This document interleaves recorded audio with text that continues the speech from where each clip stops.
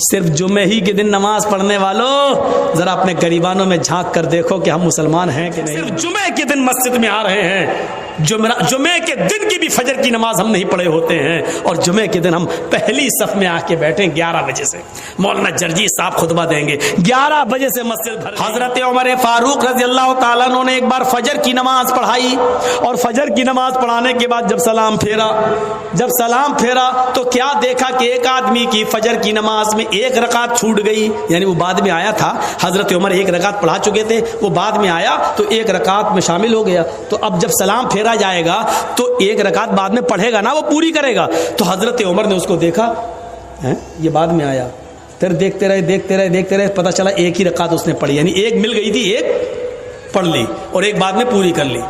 حضرت عمر نے اس کو کچھ نہیں کہا۔ جب باہر نکلے تو خفیہ جو CID ہوتی ہے، خفیہ CID جو گپت طریقے سے پتہ لگا کے خبر دیتی ہے کہ یہاں اسلام کے خلاف یہ لوگ ہیں، یہ ષڈینتر رچ رہے، تو خفیہ CID کو بلایا اور کہا کہ دیکھو وہ آدمی جو وہ دیکھو، وہ کہا ہاں دیکھا، اس کا نام ڈائری پہ نوٹ کرو۔ CID نے نوٹ کر لیا۔ کہا کہ اس کے بارے میں پتہ لگانا یہ روز دیر سے آتا ہے یا آج ہی دیر سے آیا ہے، نظر رکھنا، میں تو دوسری بستی میں دوسرے علاقے میں جا رہا ہوں، کل بھی دیکھنا اور پرسوں بھی دیکھنا، اگر کل بھی دیر سے آیا اور پرسوں بھی دیر سے آیا، اگر یہ 3 دن دیر سے آیا تو میں اس کو سزا دوں گا۔ CID نے کہا کیا سزا دیں گے؟ کہا میں اس کا داہنا ہاتھ کاٹ دوں گا اور بایاں پیر، یا دایاں پیر کاٹ دوں گا اور بایاں ہاتھ، ہم اس کا ایک ہاتھ کاٹیں گے اور اس کا ایک پیر کاٹ دیں گے، اگر دایاں ہاتھ کاٹیں گے تو بایاں پیر، اور بایاں ہاتھ کاٹیں گے تو دایاں پیر، اس کو خلاف سے ہم کاٹ دیں گے، ہم اس کو یہ سزا دیں گے۔ کہا امیر المومنین کیوں؟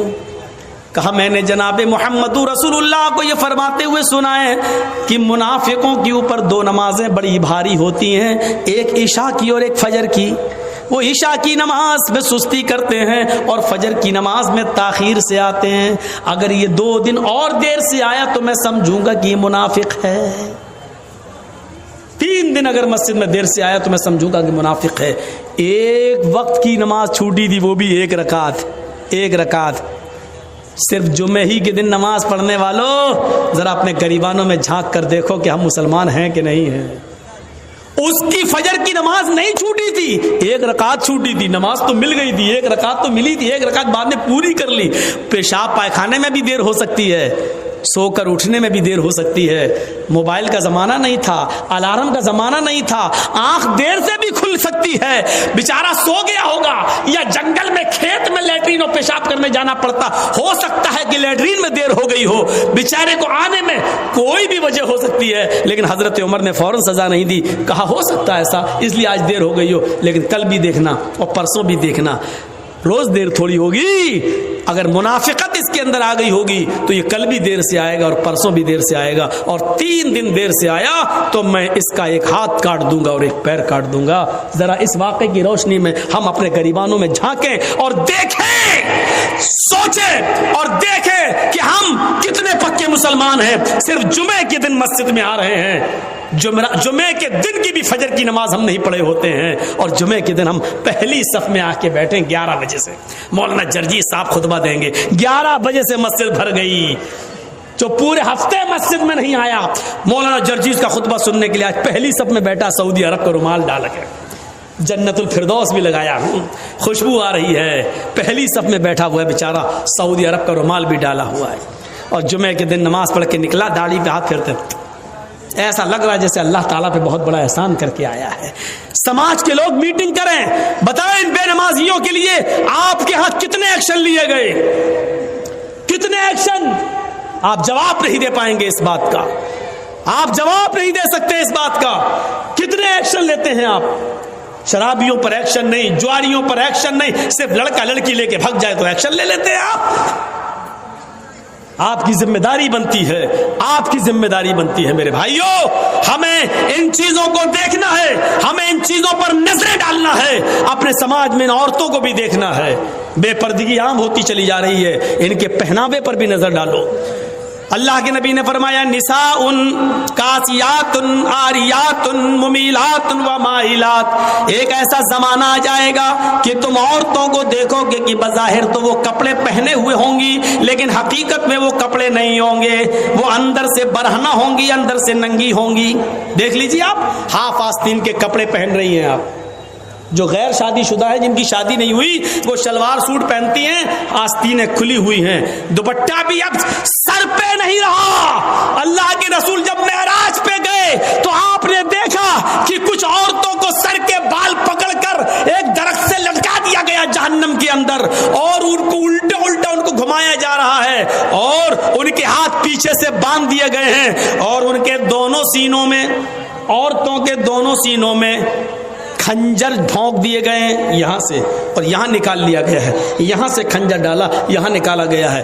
پوچھا اللہ کے نبی نے جبریل یہ کون عورتیں ہیں جن کو اتنا دردناک جہنم میں عذاب دیا جا رہا ہے، جن کے سر کے بال پکڑ کر ان کو لٹکا دیا گیا ہے اور ان کے سینوں میں خنجر چبھو دیے گئے ہیں؟ جبریل نے فرمایا اے اللہ کے نبی یہ وہ عورتیں ہیں جو دنیا میں اپنے بال کھول کر چلا کرتی تھیں، اپنے بالوں کو دوپٹے سے نہیں ڈھانکتی تھی، اپنے سر پر اوڑھنیاں نہ ڈالا کرتی تھی، اپنے سروں پر اوڑھنیاں نہیں اوڑا کرتی تھی، یہ کھلے بال لے کر چلتی تھی، بازار میں، اسکولوں میں، کالجوں میں ان کے بال کھلے رہتے تھے۔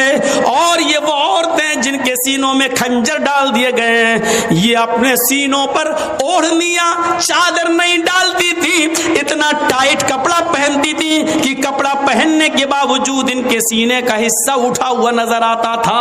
غیر مرد ان کے سینے پہ نظر ڈالا کرتے تھے، آج ان کے سینوں کو چبھو دیا گیا ہے، ان کے سینوں میں خنجر ڈال دیا گیا ہے، ان کے سینوں میں خنجر بھونک دیا گیا ہے۔ ہماری ماں بہنیں یہ عذاب میں کہیں مبتلا نہ ہوں، ان کے سر کے بال پکڑ کر ان کو لٹکایا نہ جائے، ان کے سینوں میں کہیں خنجر نہ چبھ ہو جائیں۔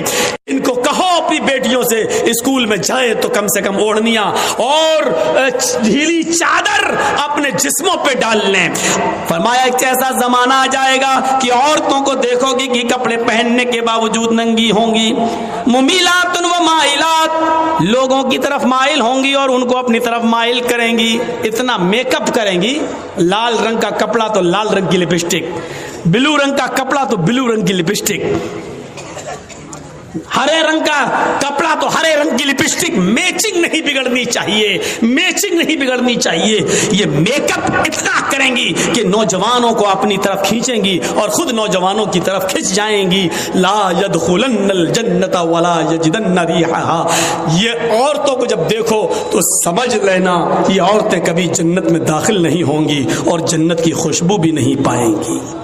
ایسی عورتوں پر اللہ نے جہنم واجب کر دی اور جنت کو حرام کر دیا، یہ عورتیں کبھی جنت کے اندر داخل نہیں ہوں گی۔ جنت میں داخلے کے لیے ڈھیلا ڈھالا کپڑا ضروری ہے، پردہ ضروری ہے۔ حضرت فاطمہ کا انتقال کا وقت آیا تو رو رہی تھی، کہا علی نے کیوں رو رہی ہو، ایک دن تو سب کو اس دنیا سے جانا ہے۔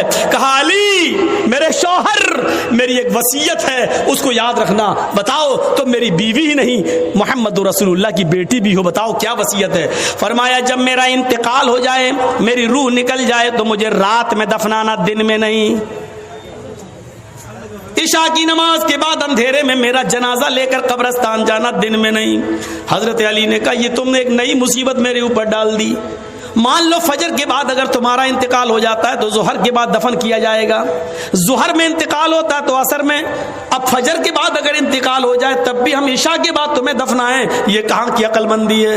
فرمایا اے علی، اے میرے شوہر میرے اوپر یہ احسان کرنا جو میں آپ سے کہہ رہی ہوں، میرے جنازے کو رات کی تاریکی میں لے جانا، میرے جنازے کو رات کے اندھیرے میں اٹھانا۔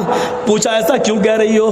کہتی ہے کہ میں ایسا اس لیے کہہ رہی ہوں کیونکہ میں یہ نہیں چاہتی کہ میرے مردہ جسم پر پڑے ہوئے کفن پر بھی کسی غیر مرد کی نظر پڑے، میرے مردہ جسم پر پڑے ہوئے کفن پر بھی کسی غیر مرد کی نظر پڑے۔ میں چاہتی ہوں کہ میرا جنازہ جب اٹھے تو میرے کفن کو بھی کوئی نہ دیکھے، میری شکل صورت تو بہت دور کی بات ہے۔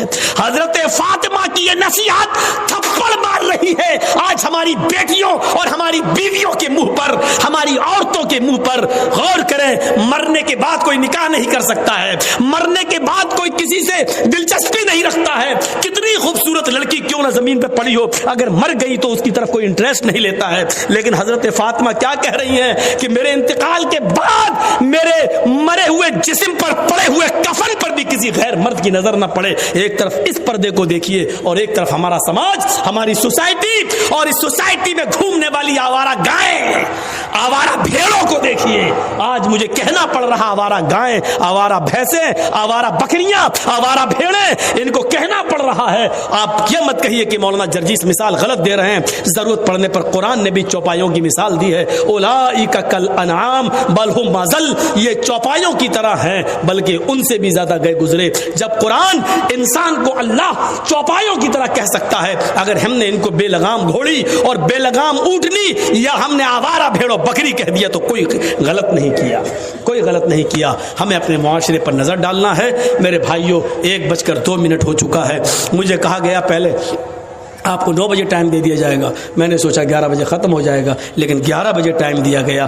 تو اب ظاہر بات ہے کہ 1.5-2 گھنٹہ تو بولنا ہی تھا, بول دیا. اللہ سے ہم دعا کرتے ہیں کہ بار الہ ہماری خطاؤں کو معاف فرما دے, ہمارے گناہوں کو بخش دے, ہمارے سماج کی اصلاح پیدا فرما دے, ہماری ماں بہنوں کو پردے کی توفیق عطا فرما, ہم جمیع مسلمانوں کو ایک پلیٹ فارم پہ قائم کر دے. جب تک تو ہمیں زندہ رکھ, اسلام پر زندہ رکھنا, اور جب ہمارا خاتمہ ہو تو ایمان پر خاتمہ فرمانا. وما علینا الا البلاغ المبین وآخر دعوانا ان الحمد للہ رب العالمین. السلام علیکم ورحمۃ اللہ وبرکاتہ.